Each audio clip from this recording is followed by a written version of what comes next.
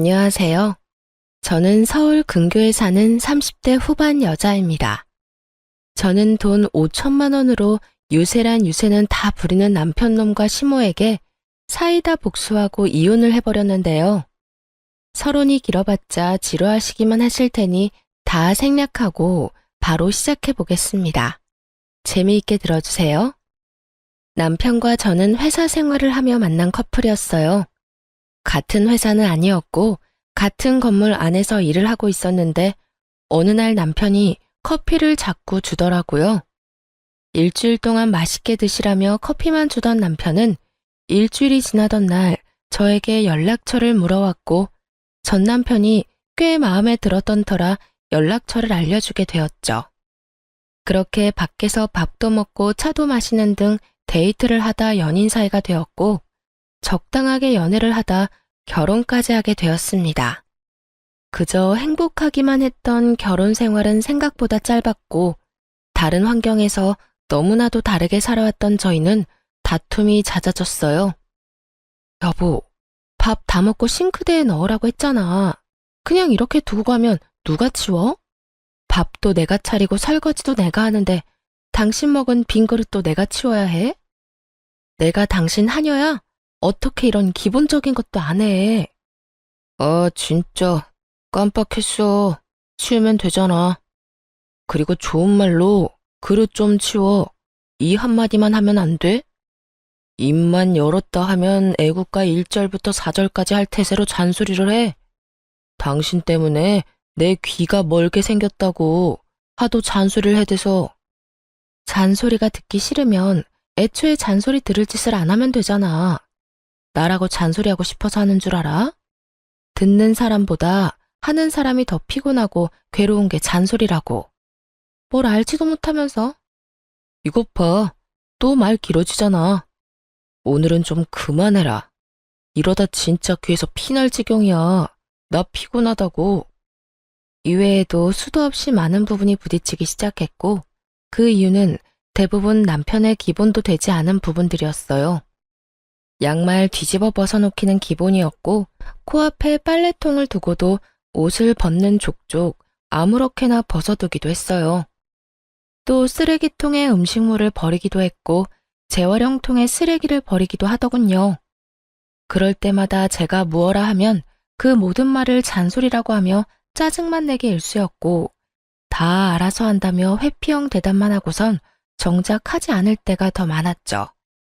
피곤하다는 이유로 청소 한 번, 설거지 한 번을 하지 않는 남편을 보며 이러려고 결혼했나 회의감까지 들기 시작했어요. 가장 어이가 없고 화가 났던 것은 바로 집 유세를 부리는 것이었어요. 하물며 우리가 사는 집은 남편 혼자만의 힘으로 마련한 집도 아닌데 말이죠. 딱 5천만 원 더 낸 것으로 말끝마다 내 집 타령을 해대는 꼴이 참 기가 막히더군요. 역시 내 집이 최고야. 그렇지 않아? 아, 당신은 모르겠구나. 당신 명의로 된 집은 없으니까. 명의는 당신 명의라도 이 집 우리 반반 내서 마련한 거 잊었어? 왜 계속 그런 식으로 말해? 당신이 그러니까 나 기분 나쁘려고 해. 반반은 아니지. 우리 집 돈이 5천만 원 더 들어갔잖아.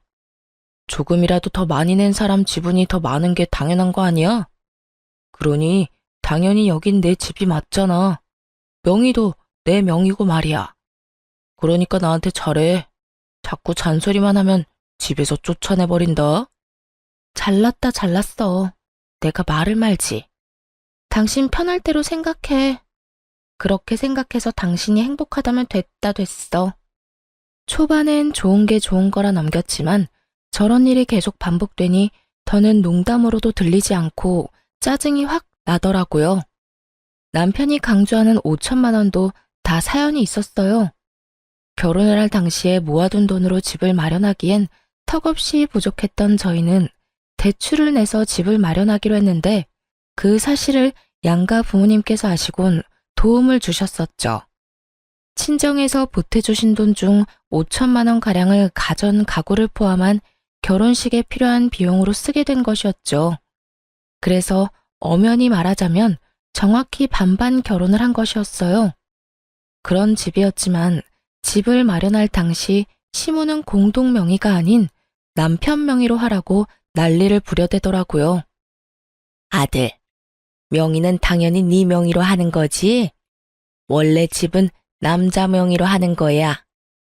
요즘 젊은 애들 공동명의 타령들 해대는데 엄마는 절대 싫다. 네 명의로 해. 알겠지? 알겠어. 알겠다고. 당신도 괜찮지? 어? 괜찮아. 공동 명의보단 당신 명의로 하는 게 세금도 그렇고 여러모로 괜찮을 것 같네. 막무가내로 우겨대는 시모를 보며 황당하기도 했지만 그땐 이혼을 하게 될 거라곤 상상하지도 못했고 좋은 게 좋은 거란 생각을 하고 있던 터라 시모의 말에 따라 남편의 명의로 하게 되었죠. 세금 문제가 있기도 했고요. 대신 남편에게 신혼집은 엄연히 공동명의이며 만약에 상황이 온다면 정확히 반반 나누기로 한다는 각서를 쓰게 했습니다. 하지만 남편 놈은 그깟 종이 쪼가리가 뭐가 대수냐고 생각하는 것인지 집 유세는 하늘 높은 줄 몰랐고 전 그런 남편을 보며 정이 뚝뚝 떨어지는 것을 느끼고 있었어요. 그것까지만 해도 내 발등 내가 찍었다며 결혼을 후회하고도 남을 텐데 시모까지 제 후회의 보탬이 되어주기 시작하더라고요. 시모는 우리 집을 제 집이라고 생각하는 것인지 틈만 나면 들락날락하며 사람을 괴롭히기 시작했어요. 그날도 시모는 연락 한 통 없이 집으로 들이닥쳤고 당연하다는 듯 저를 부려먹기 시작하더라고요. 어머님, 연락도 없이 무슨 일이세요? 저희가 집에 없으면 어쩌시려고요? 주말인데 너희가 어딜 가겠어? 그리고 우리 아들한텐 연락했는데 못 들었니? 네, 별말 안 했는데 들어오세요. 그런데 정말 무슨 일이세요? 무슨 일 있어요? 내 아들 집 오는데 무슨 이유가 필요하니? 우리 아들은 뭐 하니? 아, 지금 낮잠 자고 있어요. 피곤한가 봐요. 앉아 계세요. 지금 깨워볼게요. 아니다, 아니야. 그냥 둬라. 피곤하면 좀 자야지. 그런데 너희 밥은 먹었니? 나는 오늘 하루 종일 뭘 제대로 못 먹었더니 배고픈데. 아, 시장하세요. 지금 바로 차려드릴게요. 그래, 그러면 간단히 쌈밥 좀 해먹자꾸나. 오리고기도 좀 굽고 양배추도 좀 찍어라. 집에 기본적인 쌈은 있지? 시모는 간단이라는 단어의 뜻을 모르는 것이 분명했어요. 물론 시모에게 차려주는 밥상이니 찌개찜은 다시 끓일 생각이었지만 나머진 냉장고에 있는 반찬을 내놓으려 했거든요. 갑작스럽게 집으로 들이닥친 사람이니 그 정도는 이해하겠지 했는데 시모는 간단히 집에 있지도 않은 재료들을 찾고 있더라고요. 어머님, 오리고기는 없고 삼겹살은 있어요. 쌈도 상추 깻잎은 있는데 양배추는 없고요. 너 회사 생활한다고 살림을 아무렇게나 살고 있는 거 아니니? 어떻게 가정집에 그 기본적인 것도 없니? 언제부터 그런 것들이 가정집에서 기본적으로 갖춰야 할 재료들이 된 것인지 알 수가 없더라고요. 그쯤 되니 시모는 그저 저에게 트집을 잡고 싶어 하는 것이 분명해 보였고 최대한 좋게 대하고 싶었던 제 마음이 깨끗이 사라지며 저 역시 지지 않고 시모 말에 대답했어요. 네, 저희 집엔 그런 찬들이 기본은 아니라서요. 그리고 어머님도 아시다시피 냉장고에 이것저것 쌓아두면 뭐 하나요? 신선도만 떨어지고 아차 하는 순간 상해서 버리기밖에 더 하겠어요? 일단 오늘은 그냥 드시고 다음에 연락하시고 오시면 오리고기 준비해 드릴게요. 아, 양배추도요. 그래, 너 잘났다. 잘난 며느리 잘 둬서 밥 한 끼 얻어먹는 게 이리도 눈치가 보이는구나. 그리고 너 아까부터 연락 타령을 해대는데 이 집 엄연히 내 집이기도 하지 않니? 이 집에 들어간 내 돈이 얼만데 아까부터 연락 타령인 거야. 넌 네 집에 갈 때 연락하고 가니? 남편이 누굴 닮아 그 모양인가 싶었더니 시모가 남편과 똑같은 말을 하더라고요. 저는 이번에야말로 확실히 집어줘야겠다는 생각을 했고 시모를 똑바로 바라보며 이렇게 말했어요. 어머님, 이 집이 왜 어머님 집이에요? 엄연히 저희 부부 집이죠. 어머님 돈만 들어간 거 아니고 저희 부모님 돈도 그 못지않게 들어갔어요. 어머님 말씀대로라면 저희 부모님도 이 집에 막 오셔도 되겠네요? 제 말에 시모는 펄쩍 뛰며 이렇게 말하더라고요. 그건 아니지. 이 집 살 때 우리가 5천 더 보탠 거 잊었어? 그러니까 이 집에 대한 권리는 우리한테 더 있다고. 거기에다 이 집 명의도 내 아들 명의인 거 잊었어? 그런 내 집, 내 아들 집에 네 부모들이 왜 와? 내 아들 불편하게. 절대 난 그 꼴은 못 본다. 그 빌어먹을 5천만 원. 할 수만 있다면 시모의 입에다 던져주고 싶은 심정이었어요. 도대체 어느 나라 계산법에 따라 계산을 하면 저딴 결론이 나올 수가 있는 것인지 궁금해지더라고요. 전 다시 한번 정확히 반반 결혼임을 시모에게 말해주었습니다. 그 5천만 원 덜 들어가게 된 것도 이 집에 들인 가전 가구, 저희 결혼에 쓰인 여러 가지에 쓴다고 그렇게 된 거예요. 남편도 동의했고 그중 남편이 쓴 돈도 많고요. 그러니까 엄연히 이 집은 반반 보태서 마련했다고 볼 수 있죠. 그러니 저도 이 집에서 편해야 하지 않겠어요? 남편이 저희 부모님 오면 불편한 만큼 저 역시 어머님이 이런 식으로 오셔서 어머님 집인 양 들쑤시고 다니면 불편하고 힘들어요. 그러니까 연락하시고 오세요. 서로 좀 편하게 살자고요. 시모는 제 말에 얼굴을 붉히기 시작하더니 대바라진 X라는 말을 하고선 집으로 돌아가 버리더군요. 이런 일이 있고 난 후 시모는 저의 말에 잘 따라주더라고요. 너무 잘 말이죠.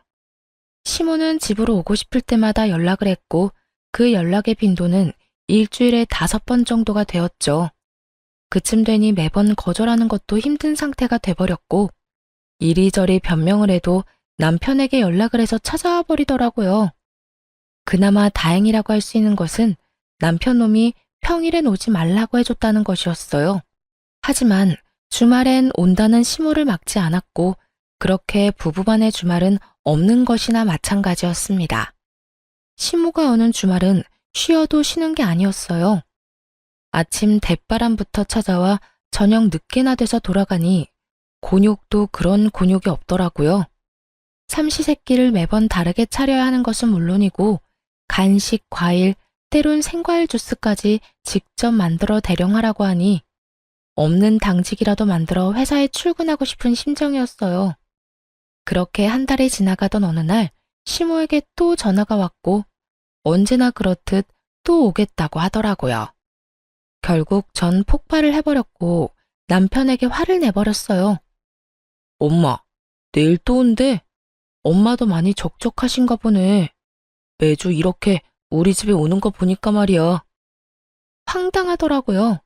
시모가 혼자 있는 것도 아니고 시부가 버젓이 살아계시는데 적적함이라는 단어가 왜 나오는지 이유를 알 수가 없더라고요. 적적? 지금 적적하다고 했어? 아버님도 계시는데 적적하긴 뭐가 적적하시다는 거야. 아니, 당신 말대로 적적하시다고 해도 이건 아니지. 어떻게 매주마다 결혼한 아들 집에 올 수가 있어? 해도 너무하잖아. 너무하긴 뭐가 너무하냐? 외롭고 심심하면 아들 집 올 수도 있는 거지. 당신이야말로 너무한다 생각 안 해? 다른 사람도 아니고 부모님이 자식 집에 와서 시간 좀 보내겠다는데 이렇게 싫어하는 건 좀 아니지. 부모님이 한평생 우리 곁에 계시는 것도 아닌데 있을 때 잘해드려야 할 거 아니야. 돈 드는 것도 아니고 그저 집에 와서 시간 좀 보내고 싶다는데 그냥 그러려니 하고 넘어가. 그러려니? 당신 같으면 그러려니가 되겠어? 나 지난 한 달 동안 주말에 단 하루도 못 쉬었어. 하루가 뭐야? 깨어있는 시간 내내 제대로 쉬지도 못했다고. 당신만 회사 다니니? 나도 회사 다녀. 나도 일하는 사람이라고. 나도 주말에 쉬어야 하는데 어머님 때문에 제대로 쉬지를 못하고 있다고. 그런데 그러려니? 말이면 다인 줄 알아? 좀 적당히 좀 해, 적당히. 무슨 여자가 입만 뗐다 하면 말이 길어져? 적당히 할 줄을 몰라? 내가 일해서 엄마 온다고 할 때마다 그냥 오라고 하는 거야. 엄마라도 와야 당신이 조용하니까. 그제야 남편 놈이 죽어라 시모를 집에 오게 한 이유를 알겠더라고요. 아니, 잔소리를 하고 싶어서 하는 사람이 세상 천지 어디에 있나요? 다들 알다시피 잔소리를 듣는 사람도 피곤하겠지만 잔소리를 하는 사람도 그 못지않게 피곤하고 감정이 상하는데 남편은 전혀 그런 생각은 하지도 않고 그저 제 잘못으로 몰아가고 있더라고요. 뭐? 당신 지금 그걸 말이라고 해? 내가 틀린 말 했어. 당신 잔소리 심하게 하잖아. 그러니까 우리 엄마 오는 게 싫으면 잔소리 좀 하지 마. 그러면 우리 엄마 보고 오지 말라고 할 테니까. 남편은 도리어 저에게 화를 내며 저만 이상한 사람으로 몰아갔고 저는 이런 순간마다 이혼이라는 단어가 절로 떠오르게 되었어요. 하지만 그때마다 이런 걸로 이혼까지 해야 하나 하는 생각이 들기도 했고 바보 같은 미련 때문에 이혼을 쉽사리 결정할 수도 없었어요. 그렇게 피곤한 일상을 보내던 어느 날 친정 부모님께서 연락이 왔더라고요. 딸, 어디야? 집이야? 엄마, 나 집인데 왜? 오려고? 아빠랑 볼일 보러 나왔는데 마침 근처라서 잠시 들려도 될까 해서 전화했지. 너희한테 줄 것도 있고 해서 말이야. 혹시 피곤하니? 아니, 피곤하기는. 얼른 와요. 기다리고 있을게. 집으로 오신 부모님은 양손 가득 먹거리와 함께 영양제 등 몸에 좋은 것들을 사가지고 오셨고 전 이런 부모님을 그냥 보내기가 싫어 식사를 하고 가시라고 했어요. 부모님도 저희 집에 처음 오셨던 터라 구경도 할 겸 시간을 보내다 가겠다 하시더라고요. 저는 부모님과 대화를 나누는 와중에도 온 신경이 안방에 가 있었어요. 왜냐하면 부모님이 오셨단 걸 뻔히 아는 남편놈이 인사는커녕 안방에서 나오지도 않고 있었기 때문이었죠. 도대체 이게 무슨 경우인가 싶더라고요. 이건 정말 선을 넘는 행동이잖아요. 그래서 전 부모님의 눈치를 살피다 안방으로 들어가게 되었고 방에서 침대에 누워 휴대전화를 보며 낄낄거리는 남편을 보는 순간 화가 머리끝까지 치솟았어요. 당신 지금 뭐해? 우리 아빠 엄마 오는 소리 못 들었어? 들었어. 태연해도 너무 태연한 목소리였어요. 남편은 굳이 길게 말하지 않았지만 그래서 어쩌라고 라는 뒷말이 들리는 듯 하더군요. 전 밖으로 목소리가 새어나가지 않도록 조용히 남편에게 말했어요. 들었으면 나와서 인사는 해야 할 거 아니야? 그 정도는 예의 아니야? 이젠 내가 인사하는 것까지 알려줘야 해? 나 피곤하단 말이야. 그냥 나 잔다고 그래. 깊게 잠들어서 못 깨운다고 하면 되잖아. 정 안 되겠으면 그냥 나 없다고 그래. 내가 아예 안 나갈 테니까. 당신 지금 그걸 말이라고 해? 아무리 피곤해도 우리 아빠 엄마가 왔는데 인사도 안 할 수가 있어.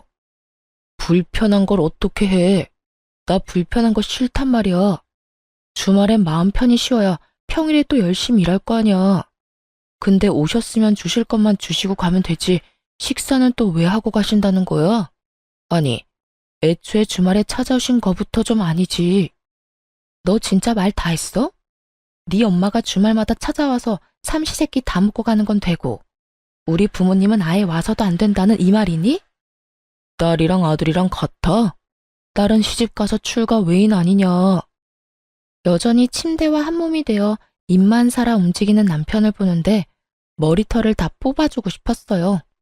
이기적인 논리로 개소리를 하는 남편에게 하고 싶은 말은 많았지만 이야기가 더 길어지면 밖에 계신 부모님이 눈치를 채실 것 같더라고요. 그래서 전 남편을 두고 방에서 나왔고 부모님께는 남편이 피곤하다며 대충 얼버무렸습니다. 아, 남편이 많이 피곤한가 봐. 요즘 회사 일이 바빠서 오늘 아침까지 집에서 일하다가 좀 전에 잠들었거든. 그래서 그런지 깨워도 못 일어나네. 그냥 자게 두고 우리끼리 맛있는 거 먹자. 나중에 일어나면 전화하라고 할게. 아유, 전화도 됐어. 피곤하면 자야지. 밥이야 맨날 먹는 건데 뭘. 그냥 자게 두고 나중에 일어나고 큰 소리 내지 마. 엄마의 말을 듣는데 부모님께 더욱 죄송해지더라고요. 이때껏 제가 너무 바보처럼 참고 살아 남편이 우리 부모님까지 무시하나 하는 생각이 들기도 했고요. 그렇게 시작된 식사 자리, 마냥 좋을 순 없는 상황이었죠. 저는 저대로 웃고는 있는데 웃는 것이 아니었고 부모님은 부모님대로 눈치를 살피시느라 밥을 씹지도 않고 삼키고 계셨고요. 그렇게 눈코 뜰 새 없이 식사를 마친 부모님은 서둘러 돌아가 버리시고 저는 그간 참아왔던 분노가 터져버렸어요. 당신 진짜 해도 해도 너무한다. 우리 부모님을 무시해도 정도가 있지. 어떻게 진짜 안 나와볼 수가 있어? 당신 이거밖에 안 되는 인간이었어? 내가 뭘 어쨌다고 그래. 내가 피곤하다고 안 나간다고 했잖아. 장인어른 장모님이 뭐라고 하신 것도 아니고 식사 잘하시고 가셨으면 된 거 아니야? 당신이 보기엔 잘 드시고 가신 것 같아? 국 반찬은 그대로 있고 밥만 드시더라. 그 밥도 제대로 씹지도 않고 삼키시고. 딸 집에 처음 왔는데 우리 아빠 엄마가 이딴 취급이나 받고 가셔야 했어? 어쨌든 밥은 다 드셨네. 아예 쫄쫄 굶고 간 것도 아니잖아. 아 진짜 사람 피곤하게 좀 만들지 마. 뭘 잘한 게 있다고 화를 내는 남편 놈을 보며 저 역시 참지 않고 쏘아붙였어요. 내가 어머님 왔을 때 어떻게 했는지 기억 안 나? 나도 피곤하고 힘든데도 삼시세끼 다 해드리고 간식에 과일까지 다 대접해드렸어. 내가 한 만큼 해달라는 것도 아니었잖아. 그냥 나와서 인사하고 밥 한 끼 같이 먹자는 건데 그것도 힘들어? 힘들어. 솔직히 말해서 나 당신 부모님들이랑 마주보고 밥 먹는 거 불편하고 힘들어서 너무 싫다고. 그리고 내가 우리 엄마 왔을 때 그렇게 해달라고 했냐? 당신이 착한 며느리병 걸려서 알아서 다 한 거 아니야? 혼자 미움받기 싫어서 다 해놓고선 이제 와서 왜 나한테 이래? 그렇게 싫었으면 당신도 나처럼 아예 방에서 안 나오면 되는 거잖아. 사랑하는 남자의 부모님이기에 잘 대접하고 싶었던 저의 마음을 착한 며느리병이라고 하더군요. 그런 남편의 비수꽂는 말을 듣는데 제 마음속 무언가가 와장창 깨지는 느낌이 들었어요. 착한 며느리병? 당신 정말 그렇게 생각하고 있었어? 와, 진짜 내가 기가 차서 말이 안 나온다. 난 있잖아. 착한 며느리병도 아니고 칭찬받고자 한 일도 아니었어. 난 그저 내가 사랑하는 남편의 부모님이니까. 내가 힘들고 지쳐도 할 수 있는 것까진 최선을 다해 대접해드리고 싶어서 그랬던 거라고. 그러니까 누가 그렇게 하라고 했어? 앞으로 하지 말라고. 그렇게 힘들고 지치는데 왜 해? 당신 바보야? 바보? 그래, 당신 말이 다 맞네. 내가 바보였네. 알겠어. 그러면 앞으로 나도 당신처럼 어머님이 오든 말든 안방에서 안 나와도 상관없다 이거지? 알겠어. 당신 후회하지 마. 후회는 무슨? 당신이 어떻게 하든 후회 안 할 테니까 앞으로 당신도 내가 어떻게 하든 상관하지 마. 결국 남편은 잠자고 있던 제 코털을 건드렸고 정 결혼하고 처음으로 시모의 방문을 기다리게 되었습니다. 며칠 뒤 기다리고 기다리던 시모에게서 집으로 온다는 연락이 왔고 전 안방 열쇠와 먹거리를 챙겨 안방에 들어가 문을 잠가버렸어요. 네, 저는 남편이 권한 대로 그리고 남편이 제 부모님께 한 그대로 하기로 한 것이었죠. 여보, 엄마 왔어. 나와. 여보, 엄마 왔다니까. 뭐 하는 거야 도대체? 문이 왜 잠겨 있지? 여보, 여보, 여보! 남편은 밖에서 문을 두드리며 소리를 질러댔고 전 휴대전화로 보고 있던 동영상 소리를 최대치로 올려버렸어요. 이게 무슨 소리야? 쟤 지금 방에서 TV 보고 있니? 이게 감히 시어머니가 왔는데 이게 무슨 짓이야? 어디 버르장머리 없게 인사는커녕 얼굴도 안 내밀어. 저게 나를 무시해도 유분수지. 이게 뭐 하는 짓이야? 시모는 노발대발하며 갖은 험한 말들을 쏟아내고 있었고 남편 역시 자기가 한 짓은 기억나지도 않는 것인지 지치지도 않고 문을 두드리더군요. 그렇게 1시간쯤 지났을까요? 시모가 이를 바득바득 깔며 이렇게 말했어요. 내가 가만히 있을 줄 알아? 두고 봐 너. 시모가 돌아가는 소리가 들리고 문을 열고 거실로 나갔더니 남편놈이 씩씩거리며 저를 쏘아보더라고요. 당신 미쳤어? 이게 뭐 한 짓이야? 뭐 하는 짓이긴 다 당신한테 배우고 당신이 시킨 대로 하는 짓이지. 뭐? 당신이 그랬잖아. 다음에 어머님 오시면 나한테도 안방에서 나오지 말라며. 당신 시킨 대로 한 것뿐인데 왜 화를 내? 그 말을 곧이 곧대로 믿는 사람이 어디 있어? 그냥 한 말이잖아. 그냥 당신 잔소리 듣기 싫어서 아무렇게나 나오는 대로 한 아무 의미 없는 말. 당신한텐 아무 의미 없는 말일지 몰라도 나한테는 아니었어. 그러게 말을 할 땐 생각을 좀 하고 말을 하지 그랬어. 아, 그리고 어머님껜 당신이 잘 말해줘. 나 회사 일로 너무 피곤해서 휴대전화로 TV 보다가 깊게 잠들어서 몰랐다고 말이야. 아니다. 그렇게 문을 두드리고 고함을 질러대는데 너무 말이 안 되나? 그냥 문 따고 들어가니까 기절해 있었다고 그래. 그래서 병원 다녀왔다고 하면 되겠네. 하여튼 좀 부탁할게. 남편은 자기가 한 짓이 그제야 생각나는지 아무 말도 하지 못하고 그저 저를 계속해서 쏘아보더라고요. 그렇게 쏘아보기만 하던 남편놈은 그나마 생각이란 건 있었는지 시모에게 연락을 해 제가 시킨 대로 알고 보니 제가 잠시 혼절해 병원에 다녀왔다고 거짓말을 했고 시모는 믿는 듯 넘어가더군요.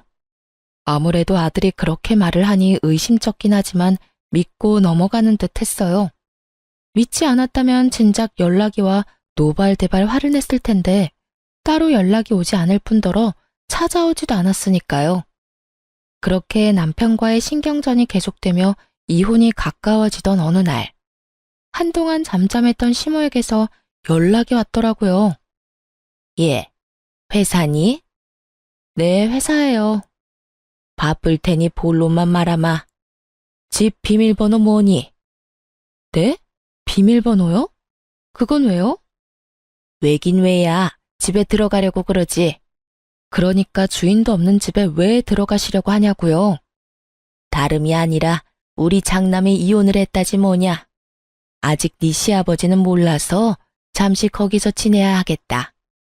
산 넘어 산인 상황이었어요. 힘들게 시모를 못 오게 했더니 이젠 아예 시숙이 와서 살겠다고 하니 산 넘어 산이 아니겠어요? 가족끼리 어려우면 도울 수도 있다고들 하시는데 저 역시 그렇게 생각합니다. 그런데 저딴 시댁 식구를 가족이라고 할 수 있는 것인지 의문인 상황에서 시숙까지 데리고 살아야 한다는 건 말도 안 되는 소리일 뿐더러 절대 용납해서도 안 될 일이었죠. 아무리 상황이 그렇다고 해도 그건 아니죠. 제가 왜 아주버님까지 데리고 살아야 해요? 그것도 저희 집에서요. 얘가 아직도 이러네. 그 집은 네 집이 아니라 내 집, 우리 아들 집이라니까. 그러니까 내 아들이 거기서 지내는 건 어찌 보면 당연한 일 아니니? 그러니까 계속 같은 말 시키지 말고 얼른 비밀번호부터 말하거라. 어머님이야말로 말도 안 되는 소리 좀 그만하세요. 어찌 되었든 전 비밀번호는 절대 못 알려드리니 그런 줄 아시라고요.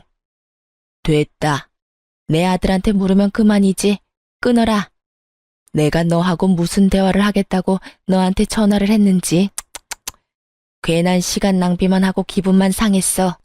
시모는 전화를 끊어버렸고 불안한 마음에 남편에게 전화를 해보니 다행히도 전화를 받더라고요. 여보, 어머님 연락해와서 우리 집 비밀번호 알려달라고 하면 절대 알려주면 안 돼? 갑자기 이게 무슨 소리야? 우리 엄마가 비밀번호를 알려달라고 한다고? 왜? 아주버님 이혼하셨는데 아직 아버님이 몰라서 한동안 우리 집에서 지낸다잖아. 이게 말이나 돼? 하여튼 당신 비밀번호 절대로 알려주지 마. 알려주기만 해봐. 나 진짜 가만히 안 있어. 틀린 말도 아닌데 왜 이렇게까지 매정하게 굴어? 형이 오갈 데가 없으면 우리 집에서 지내는 게 당연한 거 아니야? 설마 했더니 남편 역시 시모와 별반 다르지 않은 말을 뱉어내고 있더라고요.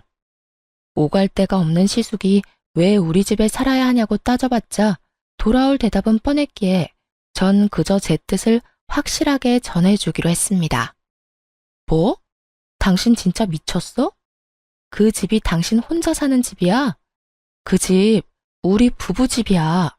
그런 집에 왜 아주버님이 사냐고. 난 싫어. 나 진짜 싫다고 했어. 가르쳐주면 나 진짜 가만히 안 있을 거야. 이거 엄포 아니고 진짜 진심으로 하는 말이야. 내가 비밀번호 알려주면 이혼이라도 하겠다는 말처럼 들린다. 이혼? 왜? 못할 것 같아? 난 그 생각도 충분히 하고 있거든? 그러니까 절대 알려주지 마. 그러든가 말든가 알아서 해. 난 알려줄 테니까. 여기까지만 해도 충분히 화가 나는데 바로 이어지는 남편의 말은 정말 가관이었어요. 이혼? 웃기고 있네. 네가 얼마나 계산적인 여잔데 집을 포기하면서까지 이혼하겠어? 집, 내 명의인 건 알고 있지? 이혼도 네 입에서 나와서 난 위자료 줄 필요도 없고 집 명의도 내 명의라서 이혼하면 넌 한 푼도 못 받아. 그런데도 할 수 있을 거라 생각해? 정말 남편은 저에 대해서 뭘 몰라도 한참 모른다는 생각이 들더라고요. 그 순간 전 비로소 이혼을 결심하게 되었고 마음 준비를 끝내고 집으로 갔습니다. 집에는 예상대로 남편 시숙 시모가 웃으며 TV를 보고 있었고 저를 본 시모는 숨쉬듯 자연스럽게 밥을 하라고 하더군요. 저는 무건수행을 하듯 아무 말도 하지 않은 채 밥을 차렸고 그런 저를 보며 시모는 제가 들으라는 양 큰 소리로 이렇게 말을 하더라고요. 진작 저렇게 고분고분하게 굴었으면 얼마나 좋았을 거야. 구박은 구박대로 받고 일은 일대로 하고 다 자기가 이 사태를 만든 거지 뭐. 하여튼 저리 현명하지 못하니 저 고생을 하는 거 아니겠어? 저래서 회사는 어떻게 다니나 몰라. 시모의 말에 시숙과 남편은 깔깔거리며 웃어댔지만 전 그러거나 말거나 상을 차렸어요. 밥상이 다 차려진 것을 본 세 사람은 누가 먼저라고 할 것도 없이 자리에 앉았고 제가 만든 국과 밥을 먹은 세 사람은 동시에 고함을 질러대기 시작했어요. 이게 무슨 맛이야? 당신 요리하면서 간 안 봤어? 맵고 짜고 이게 다 뭐야? 도저히 먹을 수가 없잖아. 그러게요, 재수씨. 이건 도저히 못 먹겠는데요. 이건 음식이 아니라 테러에 가까워요. 넌 진짜 제대로 하는 게 뭐니? 내 아들한테 이때까지 이딴 음식 해 먹인 거니? 마음보가 고약하면 음식이라도 잘해야지. 뭐 하나 내세울 것도 없으면서 대체 뭘 믿고 시집을 온 건지. 내가 요즘 너만 보면 한숨이 나온다. 그래요.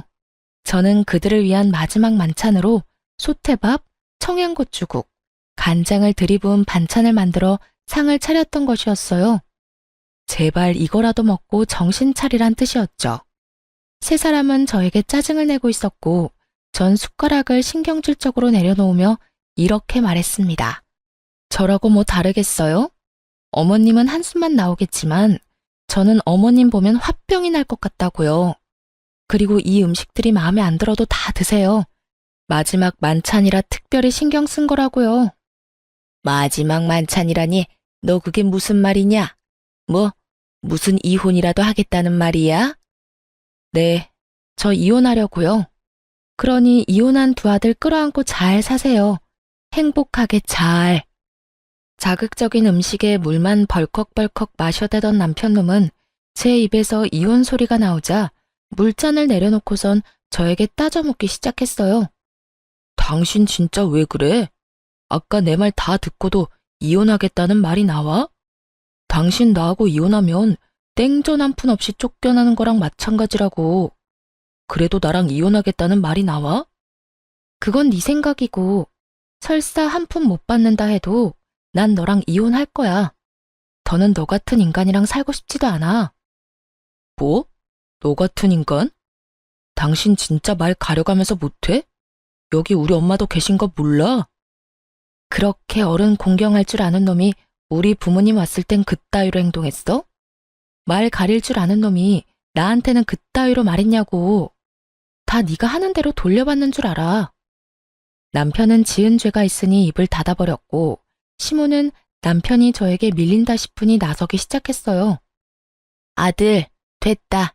그냥 이참에 이혼해버려. 들었지? 당신 엄마도 이혼하라고 하잖아. 그러니까 구질구질하게 굴지 말고 이혼 좀 하자. 너 지금 구질구질이라고 했니? 아무리 본데 없이 컸다 해도 그렇지 어른 앞에 두고 어떻게 그딴 말을 짓거릴 수 있는 거야? 제가 본데 없이 컸으면 어머님은 아들을 얼마나 엉망으로 키웠길래 둘 다 저 모양 저 꼴이에요? 남의 집 귀한 자식 욕하기 전에 어머님 자식 교육이나 똑바로 시키세요. 이혼할 마당에 겁날 것이 없었던 저는 하고 싶은 말을 그냥 다 해버렸고 시모는 이런 저를 보며 화를 내려나 싶더니 이내 입을 다물곤 남편에게 이렇게 말하더군요. 얘 말하는 거 다 들었지 아들? 그냥 이혼해버려. 그렇지 않아도 저딴 며느리 갈아치우고 싶었는데 잘 됐어. 집도 네 명이겠다. 너한텐 이혼이 여러모로 이득이니 그냥 해버리고 좋은 여자 찾아서 재혼이나 하거라. 집 있겠다, 능력 있겠다. 우리 아들 처녀한테 장가갈 수 있을 것이야. 시모의 말에 남편 역시 그렇게 하는 게 좋겠다며 저에게 이혼을 하자고 했고 시숙은 동생이 이혼을 하든 말든 그저 쭉 살 곳이 생겼다며 기뻐하더라고요. 그래, 하자. 누가 이혼하자면 못할 줄 알아? 나도 당신 같은 여자한테 미련 없다 이거야. 불쌍해서 데리고 살아줬더니 고마운 줄도 모르고 당장 이혼해, 당장. 그러면 나 이 집에서 쭉 살아도 되는 거야, 엄마? 아싸, 그렇지 않아도 어디 가서 살아야 하나 걱정이었는데. 그래, 우리 장남. 앞으로 그냥 여기서 살면 돼. 여기 네 동생 명의로 된 네 동생 집이야. 이혼해도 명의가 네 동생 거라 아무 상관없어. 그러니까 여기서 새 출발해. 이렇듯 파렴치하게도 기뻐하는 새 인간에게 그들에겐 잔인하지만 저에게는 즐거운 진실을 알려주고 싶었지만 우선 즐기게 두기로 했습니다. 일단 그들은 세 사람인 반면에 저는 혼자이기도 했고 희망과 꿈이 클수록 절망도 클 것이라 생각했기 때문이죠. 저는 짐을 싸 친정으로 갔고 친정에서 이혼을 진행하게 되었어요. 빨리 이혼하고 싶어 이혼 노래를 부르던 남편놈과 시댁 것들은 이혼이 진행되면 될수록 얼굴이 사색이 되어가더군요. 그 이유는 자신들의 뜻대로 되는 것이 단 하나도 없었기 때문이었어요. 저는 남편이 각서를 쓴 다음 날 바로 공증을 받았을 뿐만 아니라 만일을 대비해 녹음까지 해놨었죠. 온전히 자신의 것이라고 믿어 의심치 않았던 남편 명의의 아파트는 각서 내용대로 정확히 반반으로 나누게 되었어요. 거기에다 시모가 저를 부려먹은 대화 역시 통화 녹음과 문자로 보관 중인 상태였죠. 그렇게 남편과 시모는 저에게 위자료까지 주게 되었습니다. 이혼이 마무리되던 날 전 남편 놈은 눈물까지 고인 눈으로 저를 노려보더라고요. 그러다 울겠다. 지금 안 울게 생겼어? 아파트에 위자료까지. 생각지도 못한 돈이 너한테 다 들어가게 생겼는데. 생각지도 못했다는 사실이 난 놀랍다 놀라워. 내가 보탠 돈이 있는데 그깟 명의 하나 때문에 다 네 몫이 될 거라 생각했어? 착각도 그 정도면 병이고 욕심이 과하면 탈이 나는 법이야. 그러니까 앞으론 그딴 심보 버리고 착하게 좀 살아라. 전 남편은 끝까지 저를 노려봤고 전 콧노래를 부르며 이혼을 할 수 있었습니다. 저의 복수는 이것이 끝이 아니었어요. 오히려 이제부터가 시작이었죠. 전 이혼을 진행하며 전 시부에게 전화를 걸어 전 시숙을 이혼 사실과 함께 전 남편과 이혼하게 된다는 사실 역시 알리며 이혼 사유에 대해 낱낱이 밝혀버렸어요. 시부는 머리 끝까지 화가 나 집을 살 때 보태주셨던 모든 돈과 지원을 끊어버림과 동시에 세 사람을 집에서 쫓아내버리고 전 시모와 이혼을 진행 중이라고 하더군요. 평소에도 전 시부는 전 시모가 아들들 사람에 지나치게 개입하며 며느리들을 괴롭히는 모습을 보며 하지 말라고 여러 번 경고했는데 전 시모는 그 말을 전혀 듣지 않았던 것이죠. 알고 보니 전 시숙 역시 전 시모의 개입 때문에 이혼을 하게 되었고 저 역시 비슷한 이유로 이혼을 하게 되었으니 더는 그런 전 시모와 함께 살고 싶지도 살 이유도 없다고 하시더라고요. 전 시모가 이혼할 처지에 놓이자 전 남편이 급했는지 전화가 다 왔더라고요. 야, 너 진짜 미쳤어. 우리가 이혼했으면 끝난 거지. 왜 우리 아버지한테까지 전화해서 이 사달을 만들어? 지금 너 때문에 우리 엄마까지 이혼하게 생겼다고. 어떻게 책임질 거야? 그렇지 않아도 아버님께서 그러시더라. 집에서도 쫓겨났다며? 어떡하니? 셋 다 돈도 없을 텐데 집에서도 쫓겨났으니 이제 오갈 데 없는 거지꼴이겠네. 너 지금 말 다 했어? 왜? 내가 틀린 말 했어? 맞잖아. 오갈 데도 없는데 돈도 없으면 그게 거지지. 거지가 뭐 별건가? 나한테 이럴 시간에 저렴한 월세방이라도 찾아봐. 나이 지긋한 네 엄마하고 이혼한 네 형이랑 언제까지 밖에서 살 수는 없을 거 아니야. 이게 다 누구 때문인데 네가 감히 그딴 말을 해. 네가 우리 아버지한테 다 이르지만 않았어도 우리 신세가 이렇게까지 처량해질 일도 없었거든. 야, 입은 삐뚤어졌어도 말은 좀 바로 하자. 일이 이렇게 된 건 너랑 네 엄마 때문이야. 네 형도 한몫하기도 했고. 잘못은 너랑 네 가족이 다 해놓고 왜 애먼 사람 잡고 난리야? 하긴 지금까지 이 모양 이 꼴이니 아버님이 자식까지 다 내쫓아버렸겠지. 안 봐도 뻔하다. 야, 난 더는 너 같은 인간이랑 말씨름하고 싶지도 않거든? 그러니까 전화 끊어. 차단할 거니까 다신 연락도 하지 말고. 오고 가다 마주쳐도 아는 척도 하지 말자 제발. 저는 전화를 끊고 차단을 해버렸습니다. 그 후 전 남편과 전 시모, 전 시숙은 단칸방을 얻어 들어갔다고 하더라고요. 이혼한 전 시모와 이혼한 아들 둘이 한 집에서 오손도손 잘 살아가는 꼴이 참 볼만하다 싶었네요. 이혼을 하고 난 후 친한 회사 동료들은 저에게 이혼 사유를 물어왔고 전 숨기지 않고 모든 사실을 말해주었어요. 제가 잘못한 것도 아니었기에 굳이 숨기고 싶지도 않더라고요.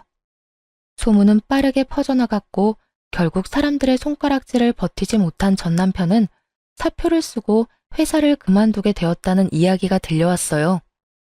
이젠 회사까지 그만두면 다신 볼 일이 없을 거라 생각했는데 회사를 그만두는 날 전 남편이 저를 찾아왔더라고요. 야, 너 진짜 이렇게까지 해야 했어? 내가 뭘? 네가 소문냈잖아. 우리가 왜 이혼하게 됐는지. 아름다운 이별 몰라? 끝까지 이렇게 더럽고 치사하게 굴어야겠어?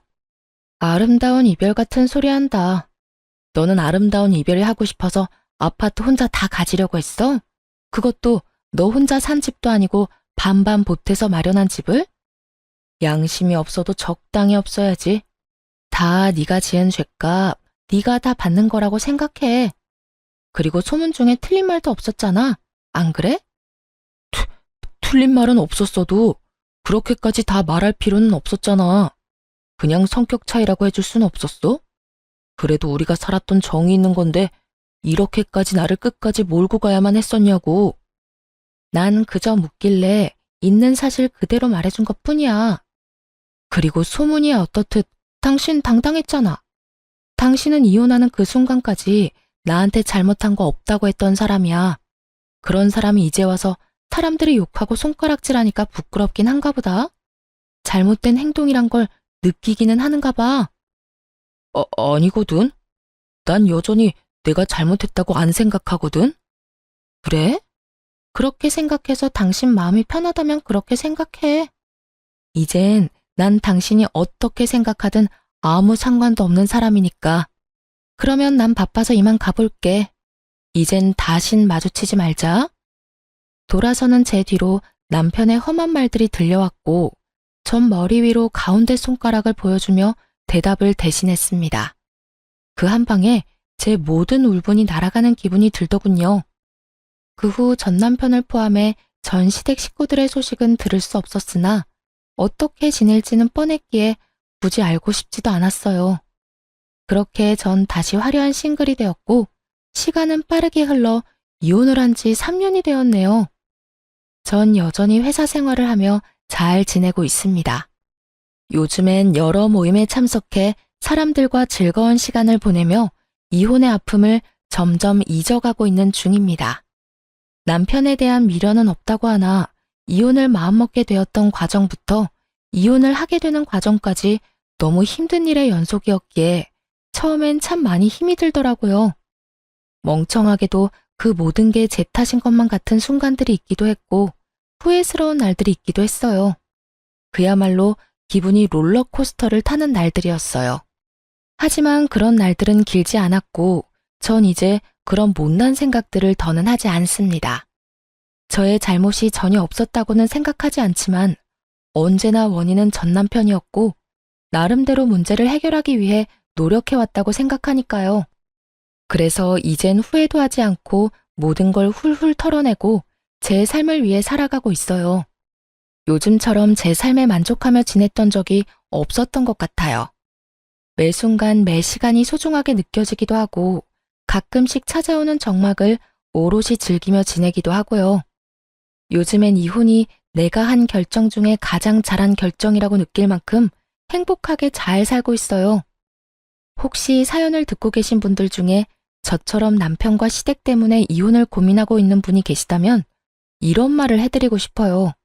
이혼 쉬운 결정이 아닌 것은 분명합니다. 저 역시도 그런 말도 안 되는 상황에서도 꽤 긴 시간 이혼에 대해 고민했고 쉽사리 결정하지 못했던 것이 사실이니까요. 그런데 돌이켜보니 그 모든 순간들이 결코 저를 위한 시간들이 아니었더라고요. 그 시간들은 제 영혼을 갉아먹는 시간들이었고 그 모든 순간이 그저 괴롭기만 한 지금은 떠올리기도 싫은 나쁜 기억일 뿐이었어요. 그러니 여러분, 자신을 괴롭히지 말고 현명한 선택, 옳은 선택할 수 있길 제가 응원하겠습니다. 여러분도 제 행복을 위해 응원해 주실 거죠? 저는 이만 물러가 보겠습니다. 긴 시간 들어주셔서 감사합니다.